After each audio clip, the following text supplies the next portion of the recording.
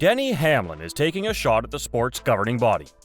Recently, Hamlin has spoken out about what he considers to be a big issue in the sport: the constant changing of the rules.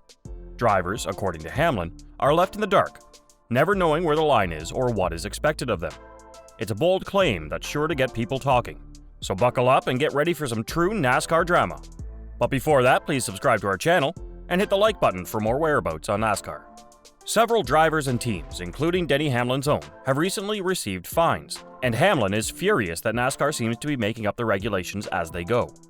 NASCAR docked teammates Alex Bowman and William Byron 60 points and 5 playoff points each for another infraction just over a week after an appeals panel overturned the points component of the punishments handed down to the 4 Hendrick Motorsports teams and its 3 active full-time drivers. Following an abnormally long delay, it was determined that both the number 48 Chevrolet and the number 24 Chevrolet had committed a greenhouse violation after being escorted to the R&D Center following the conclusion of the race held at Richmond Raceway on Sunday afternoon. Even though nobody from NASCAR would go so far as to say that they were trying to prove a point by confiscating 2 Hendrick Motorsports Chevrolets, this is a common conclusion, given the obvious anger from the sanctioning body over the fact that their hood-louver points penalties were rescinded. Nevertheless, there is a sense that NASCAR is on something of a mission and trying to make an example out of the powerhouse organization. Speculation is to the contrary. NASCAR moved ahead and altered the rulebook in order to ensure that teams that appeal their point penalties will not have their point penalties overturned, unless it is determined that the teams in question did not violate any of the rules in any way. For some background, the appeals panel that decided on the previous Hendrick Motorsports case found that a violation had been made, but they decided that the point penalties for the individual drivers and teams were too harsh and didn't match up with the infraction, which was a fair conclusion given what the infraction was. According to Bob Pockris, he said on April 6, 2023, "The appeals panel now can only modify a penalty. If a points penalty is issued, then it must keep a points penalty within the range in the rulebook for the level of penalty.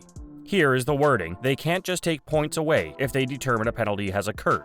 And here's what Denny Hamlin said on his Twitter account.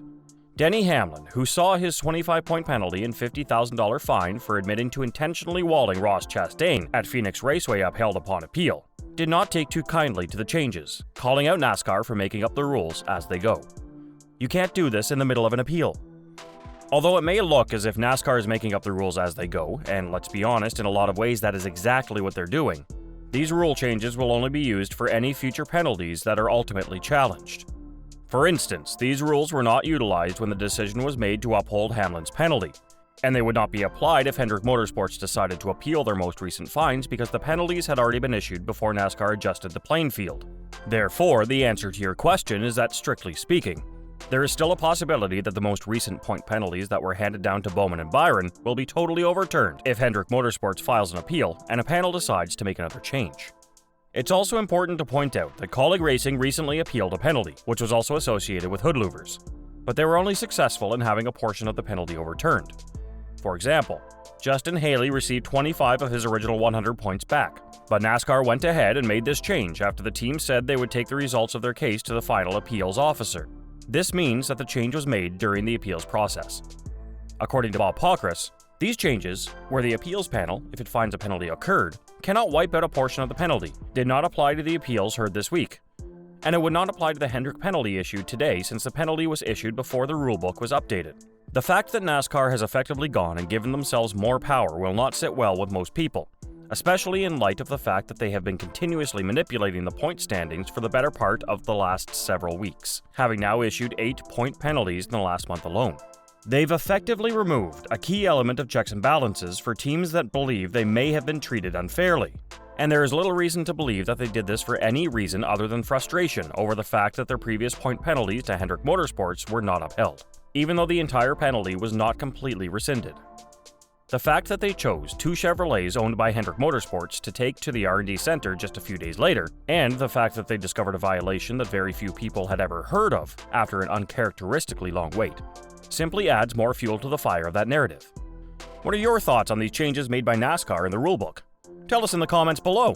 Also, don't forget to subscribe to our channel and click the bell button for more updates. As for Hamlin, he will have little choice but to continue his practice of throwing people off balance and remaining completely silent afterward. That strategy appeared to have worked for him in the previous week at Richmond Raceway, as he was not given a penalty for his involvement in the incident involving J.J. Yeley. This last week, the penalties and appeals have been the topic that everyone has been talking about non-stop.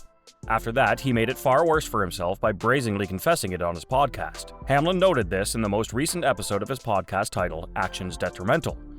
He said, "You have drivers that don't know where the line is now. I'm concerned about the state of our sport in the years to come. The very last thing we want is for our drivers to be cautious, not only on the racetrack but also off of it." During the last 2 hours of this session, I had the impression that they were admitting that they were wrong about the first two issues, that all they're interested in is doing things that are harmful. At one crucial juncture, I believe one of the panelists turned to me and asked, "What result do you want? Do you want the whole thing or nothing at all?" I wanted everything to be done backward. What other choice is there for drivers like Denny Hamlin and the others now? Sadly, the driver had no other option but to comply with the judgment that was made. On the other hand, this does not imply that he ought to be pleased about it. What he sowed was what he got back. Therefore, on the most recent episode of his podcast, he pondered whether or not the drivers will follow the example established by his punishment. He worries that his rivals will have to walk on eggshells and be more politically correct in interviews. It should come as no surprise that Hamlin will be more careful with his speech in the years to come. After all, the suspension is only another piece of evidence that NASCAR officials are listening in on everything. It's unfortunate that it took such a public admission from him for the point to finally sink in for everyone else. It goes without saying that things could have been a lot worse, but Denny Hamlin will make sure to be extra careful in the future. At the present, the driver of car number 11 will have his sights set on the event that will take place in Bristol this coming weekend. So that's all we've got for today. We hope you enjoyed it. Tell us what you think of the video in the comments below, and don't forget to subscribe to our channel. We hope to see you in the upcoming video.